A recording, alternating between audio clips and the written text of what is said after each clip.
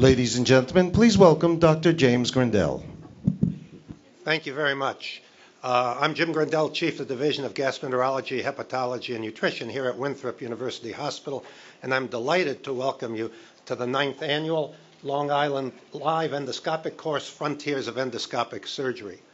Our course director, Dr. Stavropoulos, who is also the Director of GI Endoscopy and of the Program for Advanced GI Endoscopy here at Winthrop, has put together an outstanding faculty of international leaders who've been at the forefront of developing endoscopic surgery throughout the world.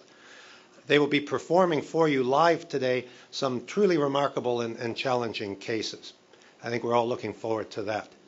But first, Dr. Stavropoulos' program and this course would not have been possible without the generous and consistent support of our hospital administration over the years. And I'm very pleased to introduce this morning, representing our administration, Dr. Joseph Greco, who is the Chief Medical Officer and Chair of Anesthesia. Dr. Greco understands the demands of advanced GI endoscopy as Chair of Anesthesia. As you'll see during the cases today, he and his colleagues have provided critical support to enable these complex and often lengthy procedures to be performed safely and effectively. In addition, as Chief Medical Officer, Dr. Greco has worked very closely with Dr. Stavropoulos and myself in trying to develop evidence-based and rigorous criteria for credentialing for these procedures. So we very much appreciate Dr. Greco's support and that of hospital administration. I'm pleased to introduce him. Thank you, Joe.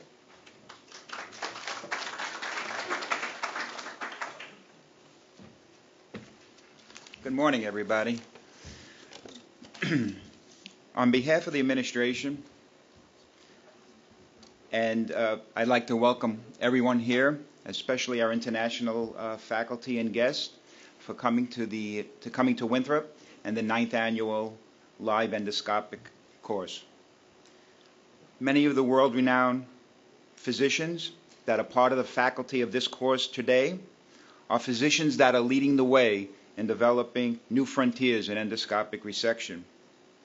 As Dr. Grendel said, I have had the opportunity as an anesthesiologist to work closely with Dr. Stavropoulos over the years, especially in the early years, and none of this would have been possible without his tireless dedication and a vision that endoscopy can reach its full potential.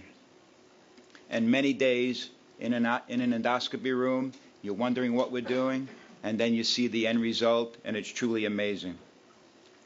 I'm sure I'm not alone in this sentiment, as across the nation and across the globe, people began seeing patients benefit from those few pioneers that saw that endoscopic surgery, endoscopic resection can truly benefit patients.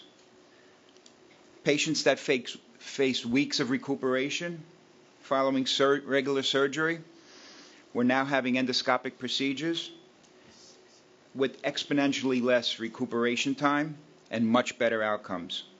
I just want to share with you a recent letter from a patient that Dr. Stavropoulos shared with me recently. And these are excerpts from the letter. And I'm going to quote, "By the time I had my poem with Dr. Stavropoulos, I can only eat 3 things. It was very scary and weird. I was thin, bony looking, and weak. I learned about poem from watching the Long Island Live course.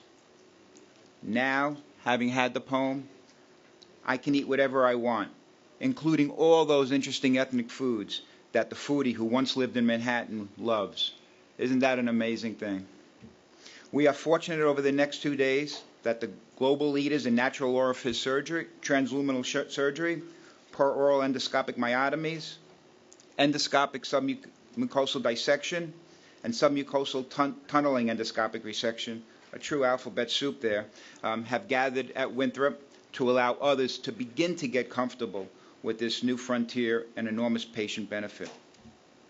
In closing, on behalf of the administration, I would like to thank everybody that's involved with this. As Dr. Grendel said, the anesthesiologist, it's not possible without the nursing support that's in the endoscopy lab, the IT support, and obviously the techs in the gastroenterology lab. And with that, I'd like to introduce Dr. Stavropoulos.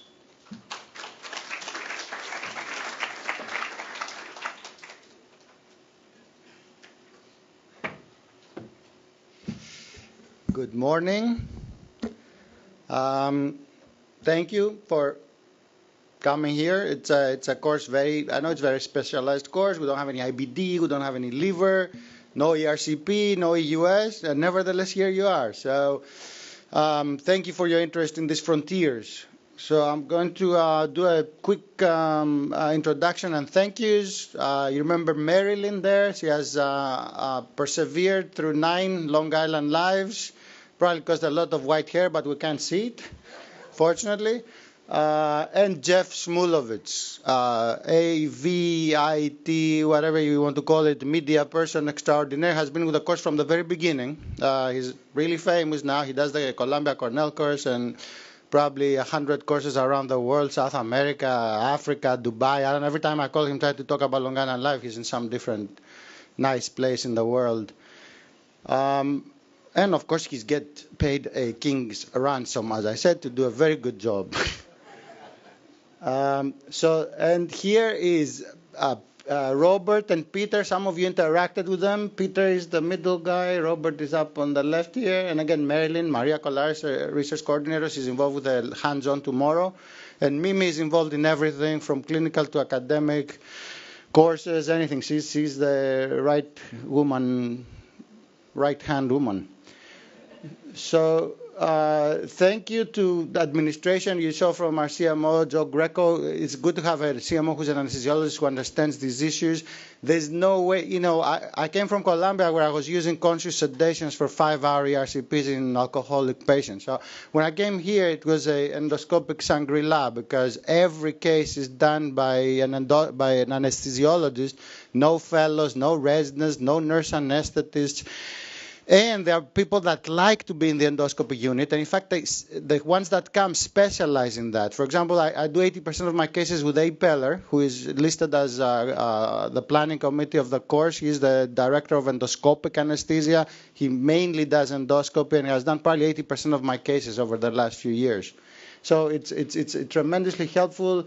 Winthrop IT is very involved with Jeff in making sure this complex undertaking with 3-4 transmitted rooms to this auditorium works. The endoscopy staff is probably the most essential ingredient for Long Island Live.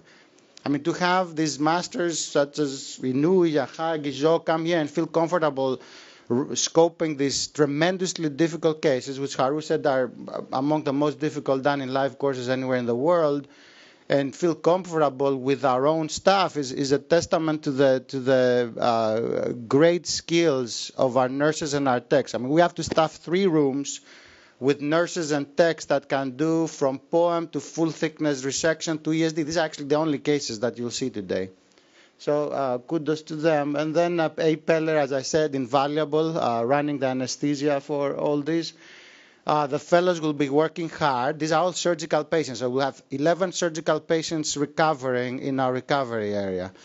So this is going to require a lot of attention to detail, including Ranimo Dale, who has been my advanced fellow for 2 years. He's going to be running everything, and my new advanced fellow, Krishna, are going to be very hard at work.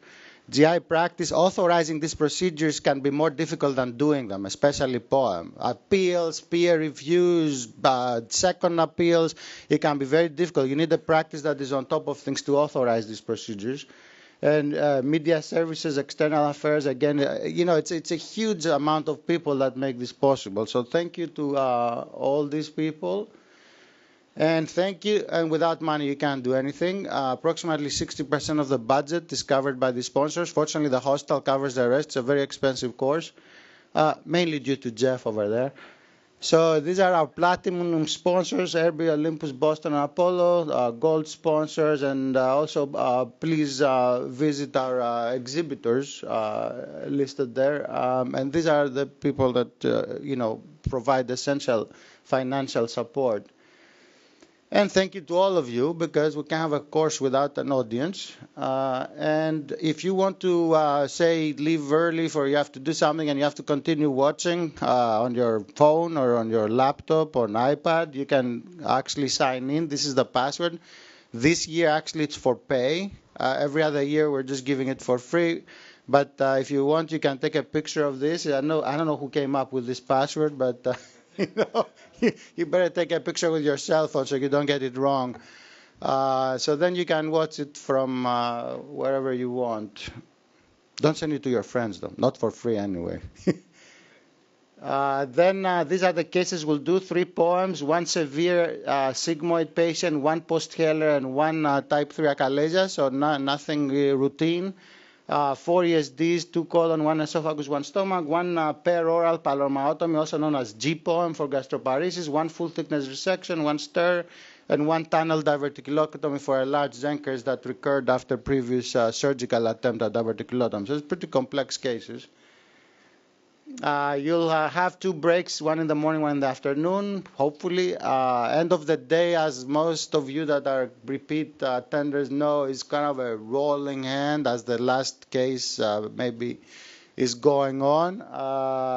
And we'll say goodbye from the room usually. I mean, we tend to put a little more cases because that's also ensures that there are backups in case some case turns out to be short, which is not usually the case. You can fill out the online survey for CME, and then for those of you that want to see very similar cases and the evolution of the various masters in doing them, you can see all the live cases and lectures from the last 4 years, 2013, 14, 15, 16, in our site at www.winthropendoscopy.org, and then this year's course will be archived too, and it will be free after the first 3 months. And for those of you that have mastered at least the ex vivo lab work on these procedures and want to have done maybe a few human cases and want to take it to the next level, we have a master class only for 4 participants that are at a higher level, June 2nd, June 3rd. You come and watch 3 cases with me. You can even come to the room, see the setup. It's a very intimate setting, and then we debrief between cases. And then the next day we do live animal work. Again, one animal per person, actually. It's a very hands-on, one-on-one tutorial. So now we're going to move to the first lecture. It's called the Pete Stevens Memorial Lecture. Pete Stevens was my mentor, actually almost my intellectual father. I did 2 years of advanced fellowship with him. I then stayed with him for 6 years as his partner. And we can see us here talking probably 6, 7, 8 years ago. Well, actually, no.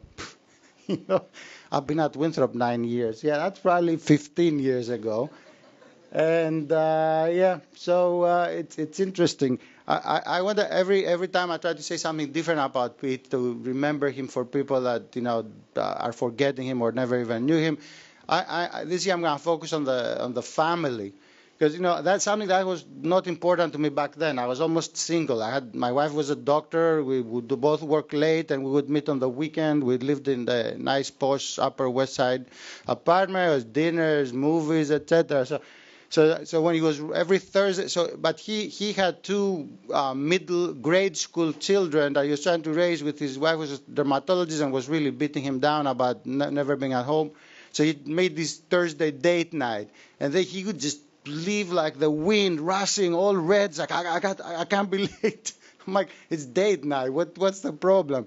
Well, later on you find out. See, that lesson I didn't learn there, but I stored it. So now it's all coming back because now I have a 4-year-old person to go to too. So I'm rushing out like a maniac some days to go to parent-teacher things or things like that. So yes, I'm like, yeah, Pete, that's that balance thing that people talk about, which, obviously for extreme endoscopy, you can't really achieve the balance the way people talk about it.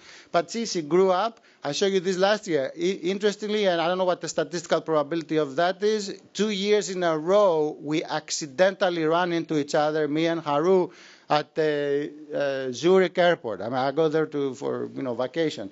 So twice he just zoomed in front of us, 2 years in a row. So this year I was expecting it. I'm looking. My wife is looking. Unfortunately, Haru wasn't there.